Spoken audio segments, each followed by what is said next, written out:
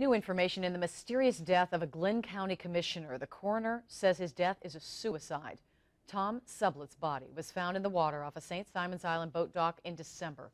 The cause of death was drowning after a gunshot to the head. But until now, it wasn't determined whether it was a homicide or a suicide. Channel 4's Kamasi Aaron spoke with a lawyer for the Sublet family today, and he says they plan to contest the ruling. Kamasi?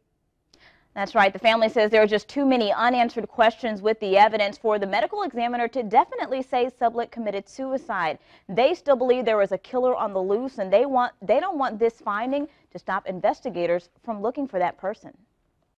After weeks of looking for the person who killed Tom Sublet, the state crime lab now says Sublet killed himself. Today, the Glynn County coroner says the GBI crime lab confirmed Sublet's manner of death as suicide. The attorney for Sublet's family says the state told them the ruling was coming, but they believe it's wrong. The family strongly disagrees with that conclusion, and it's very upsetting to them on a number of different levels. Mark Johnson says first, there are just too many unanswered questions in terms of evidence. The coroner says Sublet had a gunshot wound to the head.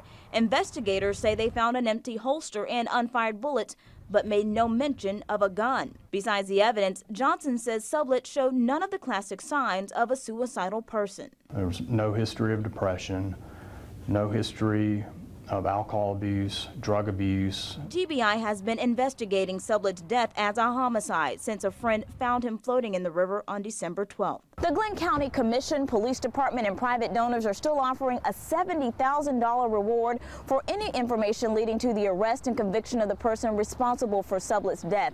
And according to their attorney, Sublet's family still wants the search for that person to go on. Sublet's family says GBI has done a great job so far, and they don't want this ruling to change that. The family's concerned that this report might chill the investigation, and they still strongly believe that for a number of reasons that foul play was involved. But no matter the ruling, Johnson says nothing will bring Sublet back, and that's been the hardest part for his family. They're in shock, they're grieving, and this has left a tremendous hole in their lives, and I doubt that'll ever heal.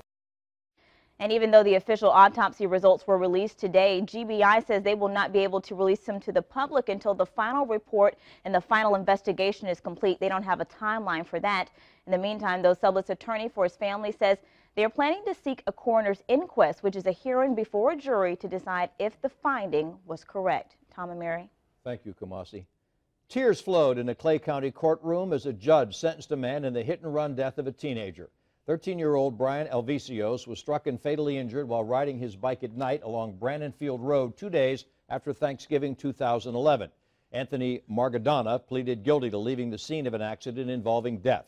Today, a judge sentenced him to 5 years in prison, followed by 10 years of drug offender probation. An emotional Margadana read an apology to the Alvicios family, saying he would have done all he could to save Brian had he realized he'd hit someone. I deserve every bit of punishment I receive. I just hope one day you can forgive me. I imagine myself in your situation, and I don't know if I can forgive it. I don't think it's fair. My son was killed, and I'll never have him again. And that man's going to only do 5 years, not right. An accident reconstruction expert hired by the defense to reenact and examine the crash testified it was nearly impossible for Margadana to see Alvicios before he hit him. The expert said the boy was on a dark road wearing dark clothing and riding a low bike with reflectors that had been painted over.